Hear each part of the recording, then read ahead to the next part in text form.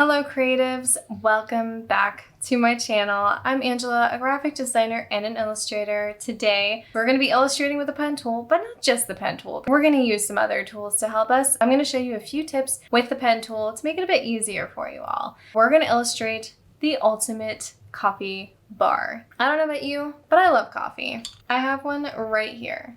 Cheers! So, I figured, why not just illustrate a coffee bar that I would personally like to have.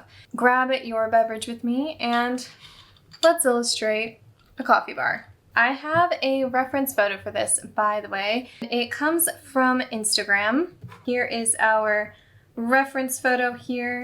It is such a cool coffee bar. I personally love it. It may not be everyone's style, but it is mine. And apparently this person's. We're going to illustrate this.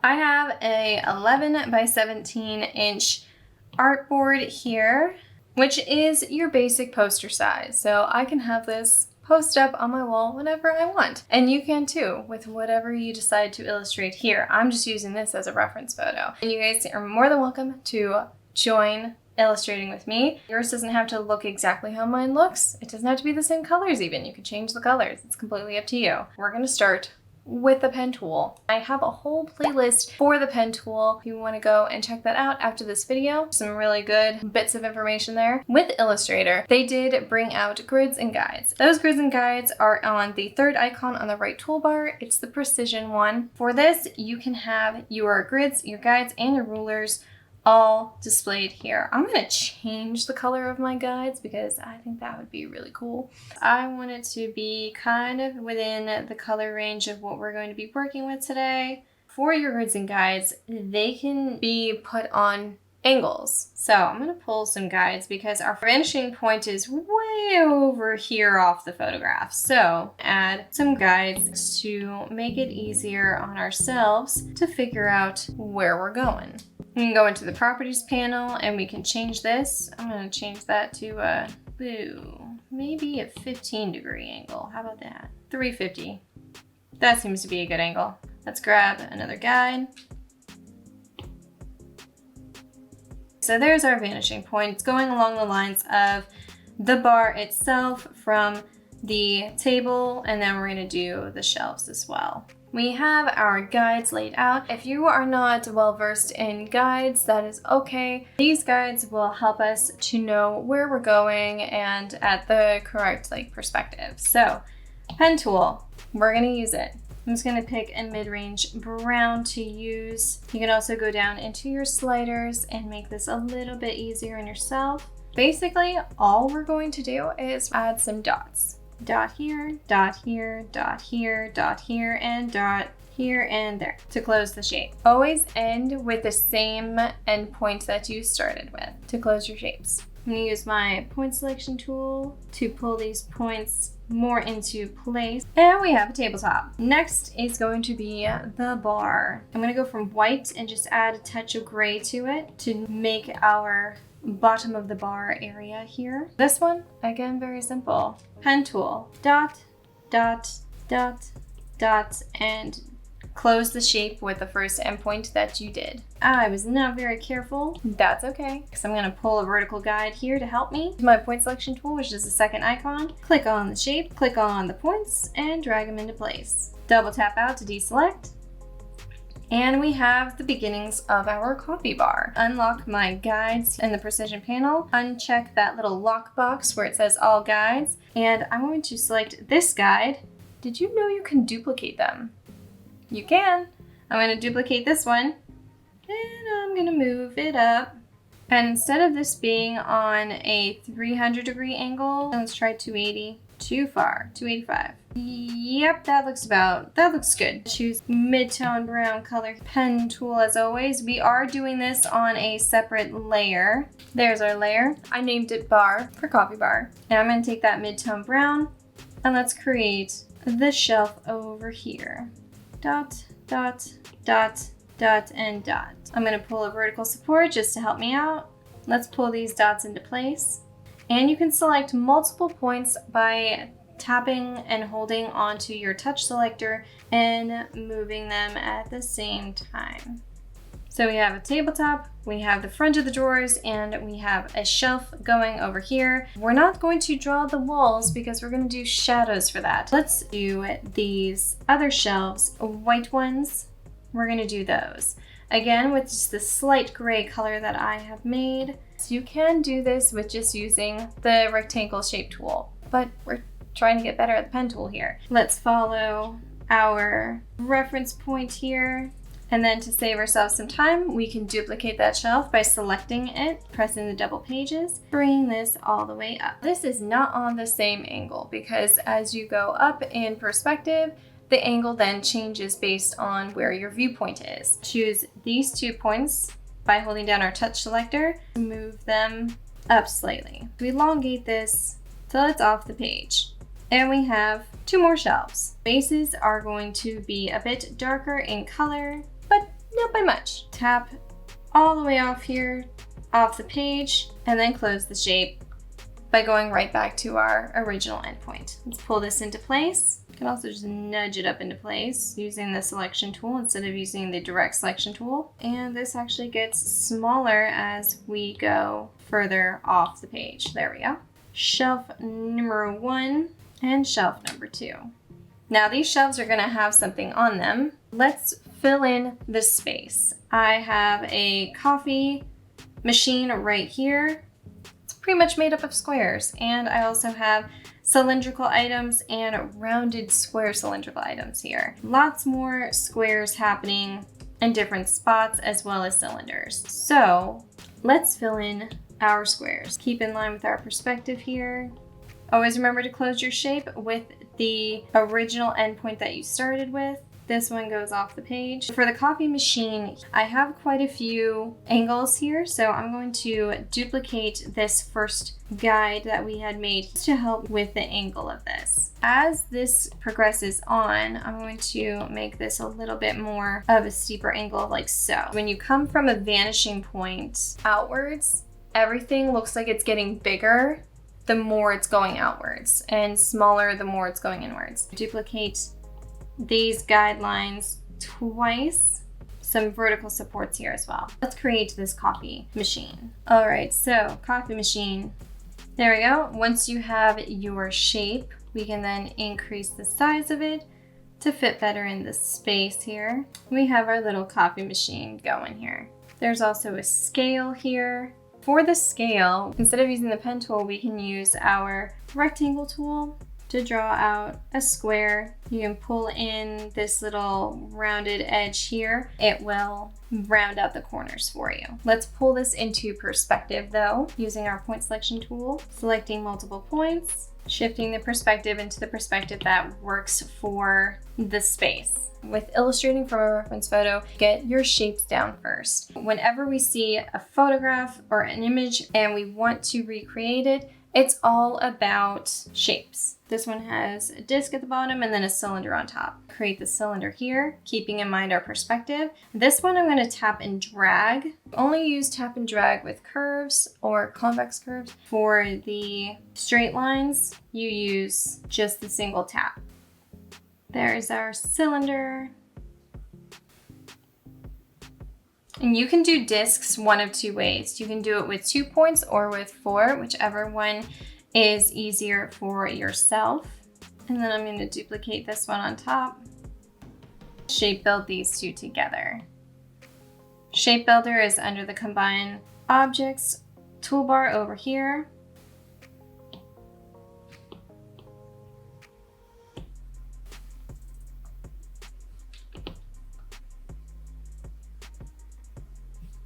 Now to break handles on curves for the pen tool, hold down your touch selector and then grab the handle and it breaks it.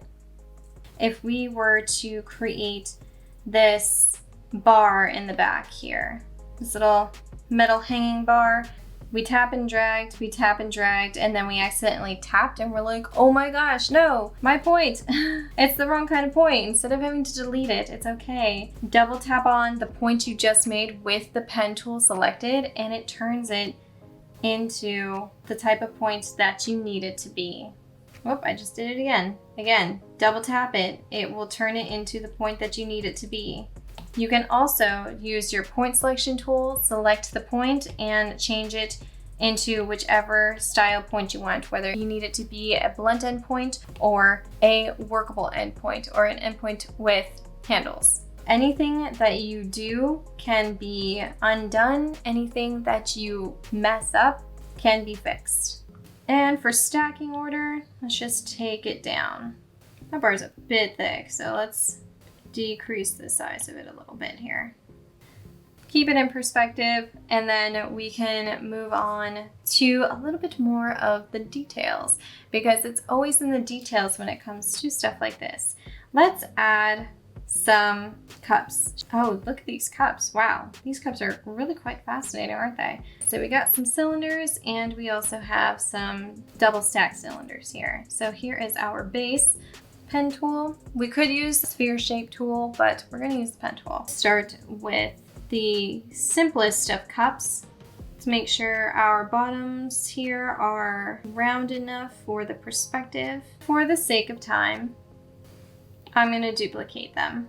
Instead of keeping the background of this cup solid, we can add a gradient to it. Go over to the color option, go to gradients. We're going to do a linear gradient because this is a cup. It is pretty linear as it is. Nudge this down slightly. Bring this over. Let's select this color over here. There's one gradient there, and then we can do the same thing for this one. Add a shadow, a darker gray shadow to this as well. For the inside of the cup, we're going to use our pen tool to create our ovals, and then these are going to be really simple, really easy elongated ovals here. 2 points, that's all you need. We can do a gradient with these.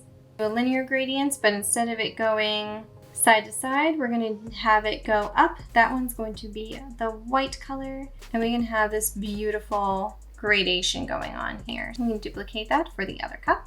And there are 2 coffee cups sitting right there on top of the coffee machine. Take our little scale disc here, let's elongate it.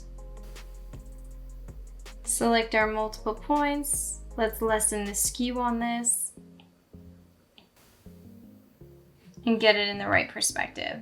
And it looks like we have a bit of a blender as well here. So let's do a blender. Rectangle here. If you close your shape and you realize that you didn't make it exactly the way you need it to, you can always go in and add points by having your shape selected, choosing the pen tool, and then adding points wherever you need them. I'm gonna add 2 more just to give it some depth.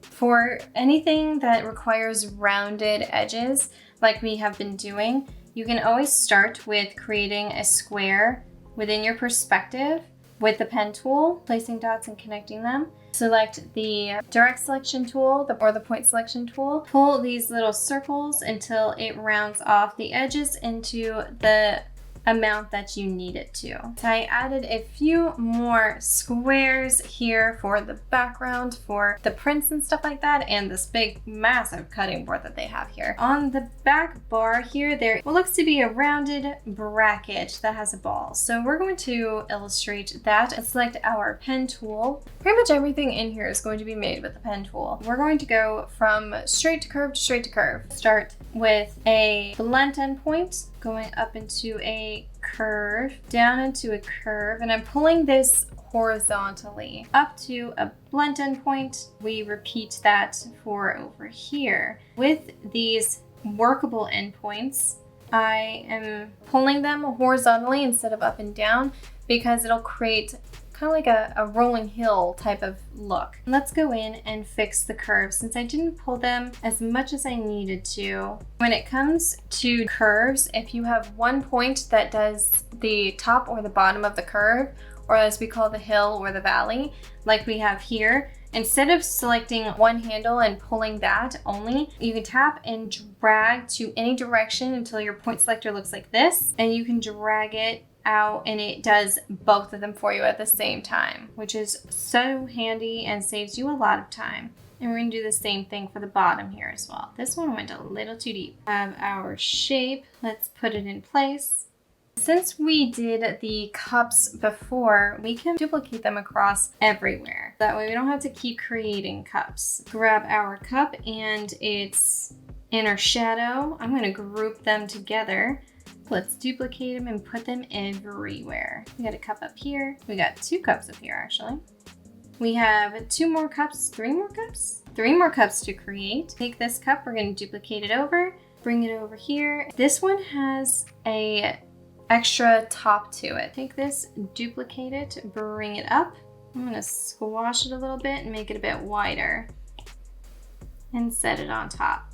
We have our coffee cup right there for these interesting looking shaped coffee cups, which I personally really like. Ungroup this top shape, take these 2 bottom shapes, combine them with the shape builder tool. Combine shapes option over here. Shape build these 2 together. The gradient comes together very beautifully. And we can also add an extra shadow to this. And that same gradient we can take under here. Break your handles if you need to, because now I missed a point over here, so I'm going to add one using the pen tool. And you can always go back in to your gradients and change the direction of the gradient. Switch this all the way around. There's our next coffee cup. Let's group that all together. Take that and we're gonna duplicate it. Right back here, change the stacking order within the quick selection menu. And then we're gonna duplicate it once again, bring it up to about here. It will look like it is stacked within the cup below.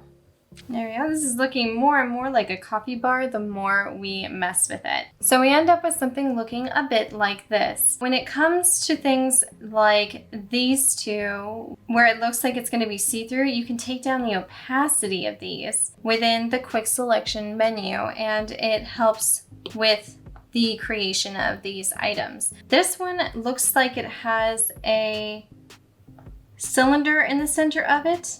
Like right here, it's like a double-walled container. So I'm gonna have to create the cylinder interior to that. It also looks like it's attached to this like coffee pot looking thing, which I'm guessing might be a pour over situation.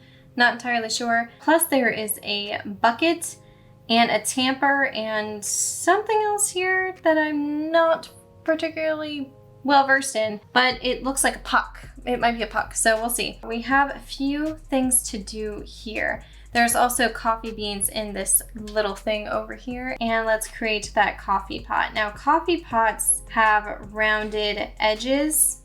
I created some points here. If you're unsure as to what points you are going to need, it's all based on the shape you are working with. Coffee pots, they have rounded edges, so none of the points should be blunt endpoints. We need curved points, or workable endpoints as we call them. Double check my shape here. It's jutting out, it's going down, it's coming in. Yes. This does have an extra foot on it, so I will have to add some extra points. If you need to add extra points, it's okay. This is also running off the page. All right, and then this is also see-through, so this point needs to be down here more. It gets bigger as we go that way, because that's our perspective. All right, take down our opacity, which is the first icon in the quick selection menu, and just bring it down until you can pretty much see through it. So probably about 60, 50, 60%, 60%, where you can still see the color, but it's see-through.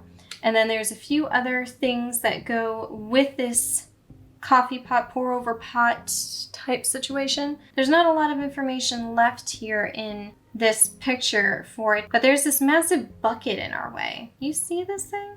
This massive bucket? Let's create the buckets. I also put all the coffee cups all the way around. I just duplicated them everywhere in here. Let's take our pen tool and create this bucket. I am definitely not using blunt endpoints. I'm using curved points. Bucket has curves. This does go off the page, so I'm not really too fussed about what's off of the workable artboard. But here, hold down your touch selector, invert the handle by dragging it down, tap and pull one point into the valley of the opening of the bucket, close our shape by pulling down on this original endpoint, making it a lot more rounded. So that looks to be, I took my guides out just so we could see better. That looks to be the shape of the bucket. relatively. Mind you, there are a lot of shadows going on here. Instead of creating that dip there, we can create that with just a line that gives us the hint of what the shape of the bucket is. I'm going to use this gray and I'm going to follow that line to about there because it's not a full complete line. With that line, I'm also going to increase the stroke of it. With the shape that we already created for the bucket, we can use our direct selection tool or our point selection tool and change it up. Let's take that point down here that we created and we're going to pull it up here. So this is just a matter of eluding the eye to creating the shape that the bucket is. This also needs to have a little bit more of an extreme downturn. Pull this handle in. There we go. All right. We can also change the width of the line itself. Go into our object option over here on the right toolbar, create stroke outline. Instead of it being a stroke or a line, it's actually a shape now. So we can go in and mess with the weight of these lines. There's our bucket. Just adding a few pops of colors here on a gradient really changes up the look of these objects and makes them look a lot more metallic, especially with these feet here and also for any rim that's on any type of machinery. Adding gradients to everything.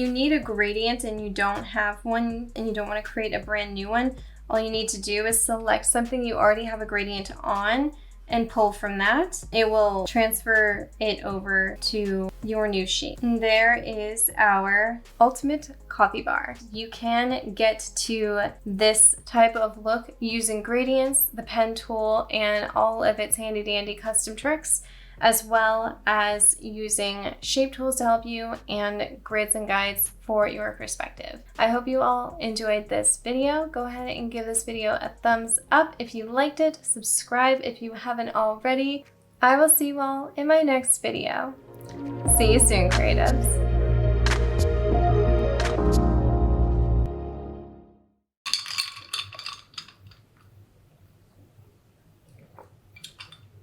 Wow, that's strong.